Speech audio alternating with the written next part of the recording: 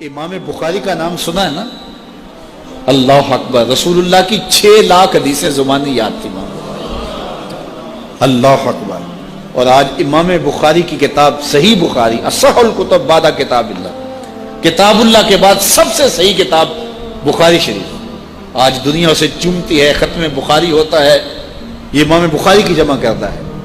امام بخاری سفر پہ جا رہے تھے اور امیر آدمی تھے، 6 لاکھ اشرفیاں اس زمانے میں آپ کے پاس تھے، یہ چھوٹا سرمایہ نہیں تھا، کشتی کا سفر تھا۔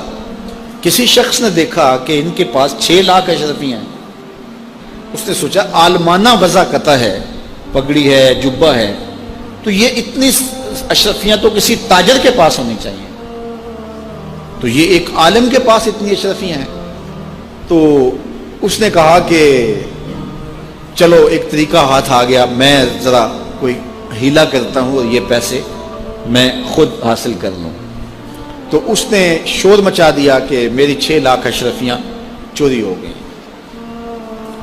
کہ جب سب تلاشی لی جائے گی تو ان سے نکلیں گی تو لوگ کہیں گے تو ایک مولوی شخص ہے اور تیرے پاس اتنے پیسے کہاں سے آئے، تو اشرفیاں مجھے مل جائیں گی۔ تو جب تلاشی شروع ہوئی تو امام بخاری کی تلاشی لی گئی تو ایک اشرفی بھی نہیں نکلی، کچھ بھی نہیں نکلا، سارا سامان ٹٹولا گیا، کچھ نہیں نکلا۔ خیر چلو، لوگوں نے اس کو کہا تو جھوٹا ہے، تو نے خام خواہ جو ہے وہ ایک مکر کیا ہے۔ وہ بھی بڑا پریشان تھا کہ اشرفیاں میں نے ان کے پاس دیکھی ہیں، گئی کدھر؟ خیر جب جہاز چلنے لگا تو آہستہ آہستہ امام صاحب کے قریب ہو گیا، امام بخاری سے پوچھنے لگا حضرت اشرفیاں تو تھیں آپ کے پاس، تو کدھر گئیں؟ فرمایا جب تم نے الزام لگایا نا، اور مجھے پتہ ہے کہ تم نے الزام کیوں لگایا ہے، میری وجہ دیکھ کے تم نے میرے سے ہتھیانا چاہا تھا، تو میں نے چپکے سے وہ اشرفیاں سمندر میں پھینک دی تھی۔ تو کہا حضرت اتنی زیادہ اشرفیاں اور سمندر میں پھینک دیں؟ کہا ہاں۔ کہا کیوں پھینکی؟